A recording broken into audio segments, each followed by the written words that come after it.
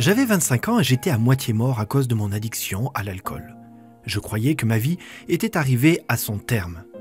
Lorsque j'étais enfant, je subissais des brimades des grands garçons. En grandissant, j'appris à me défendre. Finalement, ceux qui me brimaient cessèrent de s'en prendre à moi et m'acceptèrent parmi eux. En essayant de m'adapter à leur groupe, je ne remarquais même pas l'influence nocive qu'ils exerçaient sur moi. Ils me firent découvrir leur musique hard et l'alcool.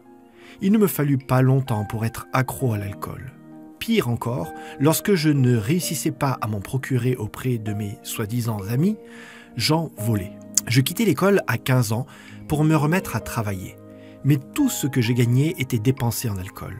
Les 5 années suivantes furent les plus sombres de ma vie. Je devins tout ce qui me faisait horreur. Je brimais les autres et insultais les gens lorsque j'avais bu. Je tombais dans la dépression et les idées de suicide. La seule chose que je haïssais plus que moi-même était mon addiction.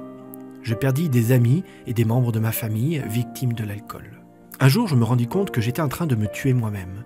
Je décidai donc d'abandonner l'alcool et retourner chez mes grands-parents. Ils m'accueillirent à bras ouverts. Ma grand-mère était chrétienne et avait aidé plusieurs personnes à abandonner l'addiction à l'alcool.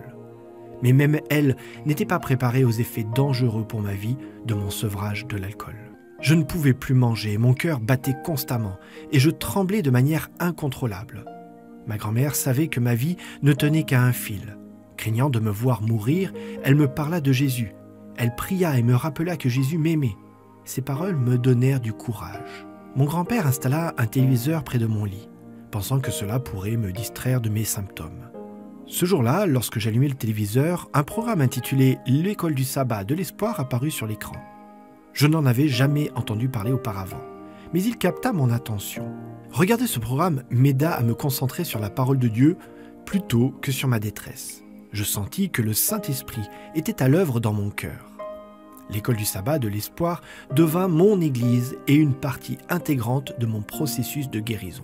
L'école du sabbat de l'espoir et mes grands-parents me guidèrent sur le chemin qui mène au Christ. Dieu me guérit et m'offrit une seconde chance dans la vie. Aujourd'hui, mon cœur est rempli de la grâce et de l'amour de Dieu. Dieu a répondu aux prières de mes grands-parents.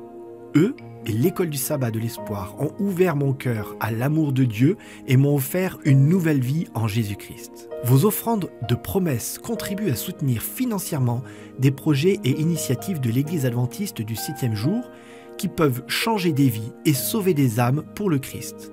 En rendant votre dîme et vos offrandes de promesses, vos offrandes régulières et systématiques, laissez Dieu vous parler et vous inviter à être son partenaire dans la proclamation de son message.